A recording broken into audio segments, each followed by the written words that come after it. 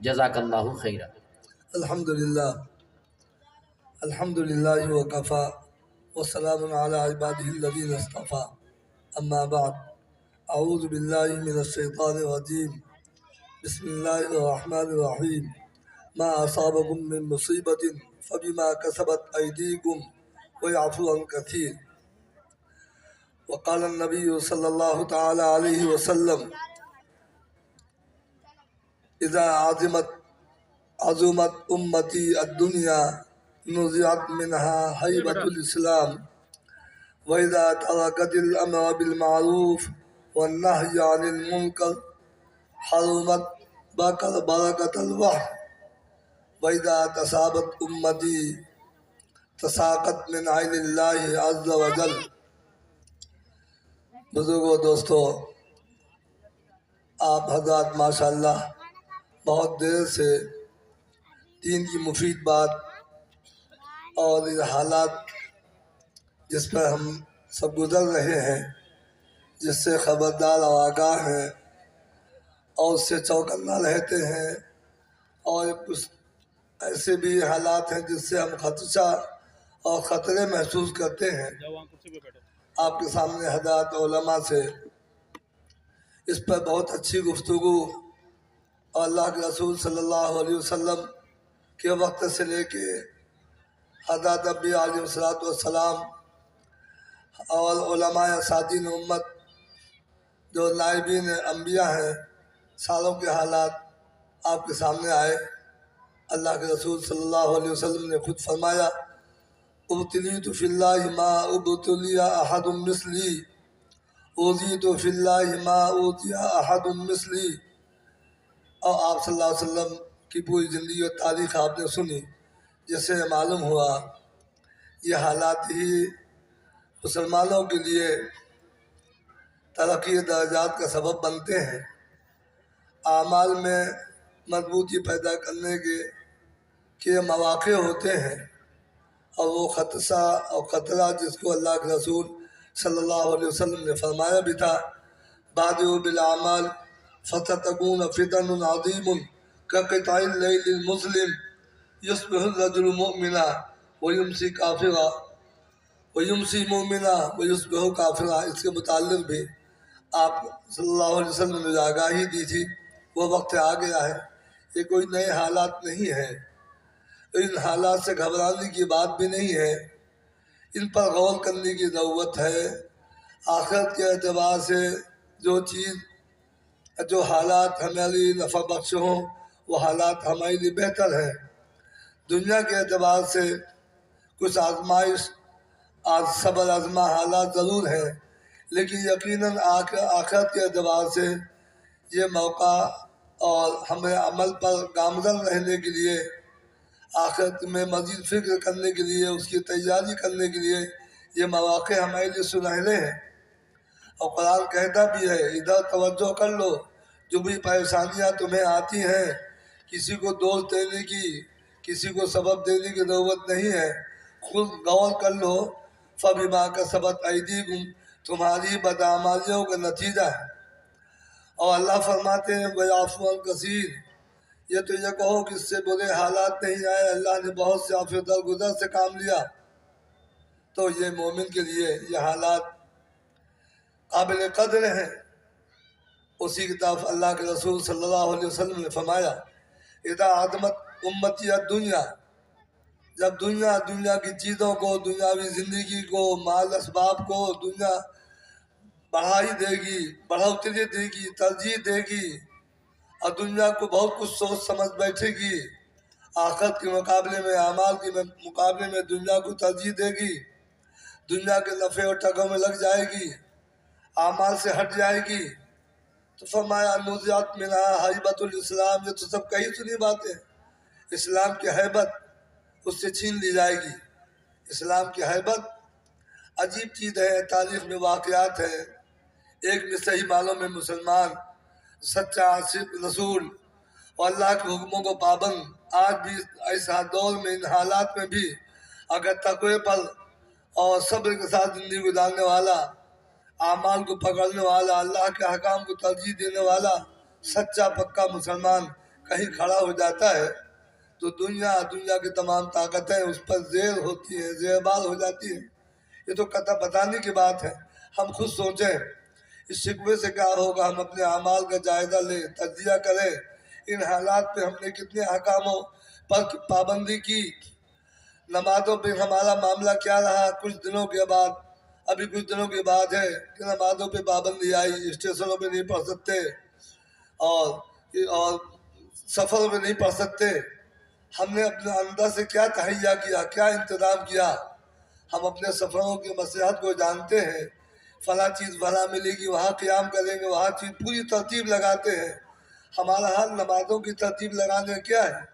جو گویا کہ ہم انتظار میں تھے کہ ہاں ٹھیک ہے بھائی کیا کریں، مجبوری ہے، نمازوں پڑھنا پڑنا۔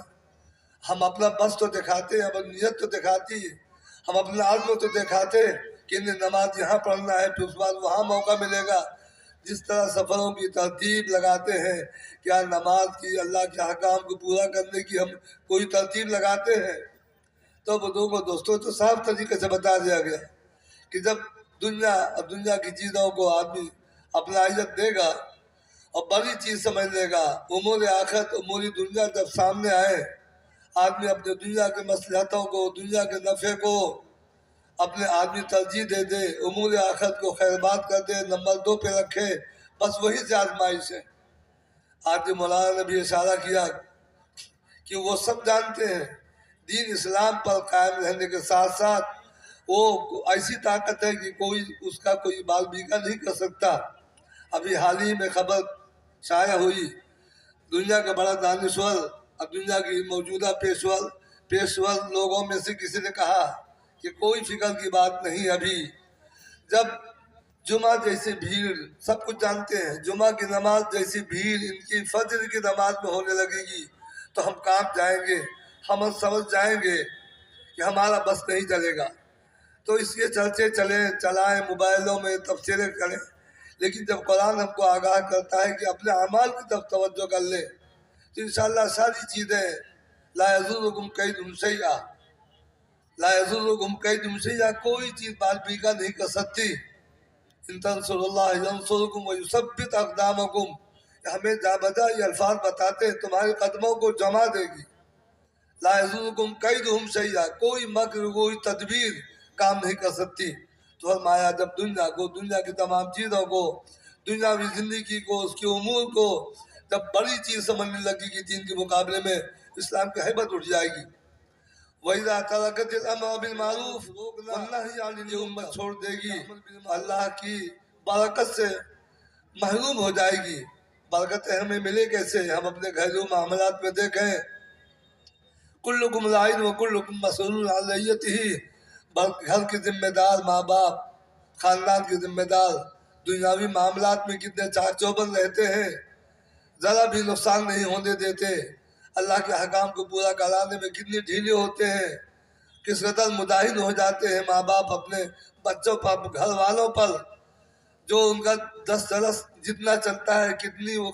انجام دیتے ہیں، کتنی ذمہ داری آپ کے سامنے بات بھی آ گئی، اس پہ ہم کو ہوتا ہے۔ او اذا تصابت امتی، جب بکواس کرنے لگے گی امت، گالی گلوچ، ذرا ذرا باتوں میں ادھر ادھر کی باتیں، تو فرمایا کہ وہ تساقط من عین اللہ عز و جل، پوری عظمت شان و شوکت ختم کر کے اللہ کی نگاہوں سے گر جائے گی۔ ہمارے اعمال آج کیسے ہیں؟ ایسے تو نہیں خدا نہ خواستہ کہ ہم اللہ کی نگاہوں سے گریں، ہم اللہ کی نگاہوں سے گرنے والے اعمال اختیار کریں گے تو دنیا میں ہم کہاں محبوب معظم بن جائیں گے۔ اس لیے ضرورت ہے اعمال پہ پابندی کرنے کی، اللہ کے حکاموں کو پورا کرنے کی، روز معاشرے کی جو حالات ہیں اس پر اپنے ذمے کوئی حق نہ رہ جائے، کسی طرح سے ہم جھوٹ بولنے والے نہ ہوں، دھوکہ دینے والے نہ ہوں، امانت پہ پوری خیانت کرنے والے نہ ہوں، اپنی ذمہ داریوں کو پورا کرنے والے نہ ہوں۔ اسلامی تقاضوں کو، اللہ کے حکام کو ہم پورا کریں گے تو پھر وہی بات ہے، کوئی دنیا کی طاقت، اور تاریخ دہراتی ہے کہ نہ کوئی طاقت کسی نے کچھ بال بیگا کیا ہے، اور نہ ہم کسی طاقت اور کسی حالات سے ہم گھبرائیں۔ لا یضرکم کیدہم شیئا، آپ کے سامنے مدرسوں کی خدمات آئی، مدرسوں کی عظمت، اہمیت، اللہ کے دین کے قلعے، دین اسلام کے فروغ ہونے کے ذریعے ہمارے اسلامی زندگی کی نشو و نما ان مدارس سے وابستہ ہے۔ آپ جن مدرسے کے تحت اس دینی پروگرام میں بہت دیر سے بیٹھے ہیں، ماشاءاللہ الحمدللہ اس کی کارکردگی اچھی ہے، جائزے ہوتے رہتے ہیں، معاملات بھی سمجھے جاتے ہیں، تعلیمی جائیداد بھی سمجھا جاتا ہے۔ یہ تمام دینی مدارس سے ہم اپنا رشتہ جوڑیں، اپنی گاڑی کمائی کو وہاں لگائیں، سب سے پہلی فرصت میں وہ اپنے لیے ہم اپنے گھر کے خرچ اخراجات کا ایک حصہ سمجھیں۔ اللہ کے رسول صلی اللہ علیہ وسلم نے صحابہ سے فرمایا، ایکم مال وارثہ احب الیہ من مالہ، تم میں کون ہے جس کے نزدیک اس کے وارث کا مال زیادہ محبوب و پسندیدہ ہو بنسبت اس کے مال کے؟ صحابہ نے کہا، لیس منا احد، یا رسول اللہ صلی اللہ علیہ وسلم لیس منا احد الا مالہ احب الیہ من مال وارثہ، ایسا کون بیوقوف ہے کہ جس کے والد کا مال زیادہ محبوب ہوگا اس کے خود مال سے؟ اس کا مال گاڑی کمائی، اس کے ہاتھوں کا کمایا، جافشانی سے اس نے کمایا ہے، اپنے مال کی وہ قدر کرے گا، حفاظت کرے گا، اس سے محبت کرے گا، اس کو رکھے گا۔ مال والد سے کیا مطلب ہے؟ فرمایا اللہ کے رسول صلی اللہ علیہ وسلم نے فرمایا، مالکم ما تقدم ومال وارثہ ما تاخر، یقین جانو جو تم نے آگے بڑھا دیا، اپنے آخرت میں جمع کر دیا، وہ تمہارا مال ہے۔ یہ دھوکہ میں نہ پڑ جانا، جو مال رہ جائے گا وہ تمہارے وارث کا مال ہے۔ یصبح الرجل مؤمنا، بزرگ دوستو، مال صبح کو کہیں ہوتا ہے، شام کو کہیں ہوتا ہے۔ المال غاد وراحن، والسلام علی سید المرسلین وعلى آلہ واصحابہ اجمعین۔ نستغفرک اللہم من جمیع الذنوب والخطایا ونتوب الیک، ربنا فاغفر لنا ذنوبنا وكفر عنا سيئاتنا، يا حي يا قيوم برحمتك نستغيث، اصلح لنا شأننا كله ولا تكلنا إلى أنفسنا طرفة عين، اللهم إن نواصينا وجوارحنا بيدك لم تملكنا منها شيئا، فإذا فعلت ذلك بنا فكن أنت ولينا ومولانا، واهدنا إلى سواء السبيل، واهدنا إلى صراط مستقيم، اللهم أرنا الحق حقا وارزقنا اتباعه، اللهم أرنا الباطل باطلا وارزقنا اجتنابه، یا حی یا قیوم، یا اللہ ہم سب کے گناہوں کو معاف فرما، ہماری خطاؤں سے درگزر فرما، ہمیں اپنی مرضیات میں مشغول رہنے کی توفیق عطا فرما، تمام منہیات سے بچنے کی توفیق عطا فرما، اپنے رسول صلی اللہ علیہ وسلم کا سچا اتباع نصیب فرما، دینی جد و جہد جہاں جس شکل میں ہو رہی ہے اس کو فروغ و ترقی عطا فرما، تمام دینی مدارس کی، دینی مکاتب کی، دینی خانقاہوں کی حفاظت فرما، مراکز تبلیغ کی حفاظت فرما، تمام کام کرنے والوں کی، اہل اللہ کی حفاظت فرما، آپس میں ایک دوسرے کے ساتھ تعاون کا، وتعاونوا علی البر والتقوی کا مصداق بنا، اے اللہ ہم سب میں آپس میں اتفاق اتحاد عطا فرما، مودت عطا فرما، اختلاف سے، ناچاکیوں سے، خلفشات سے ہماری حفاظت فرما،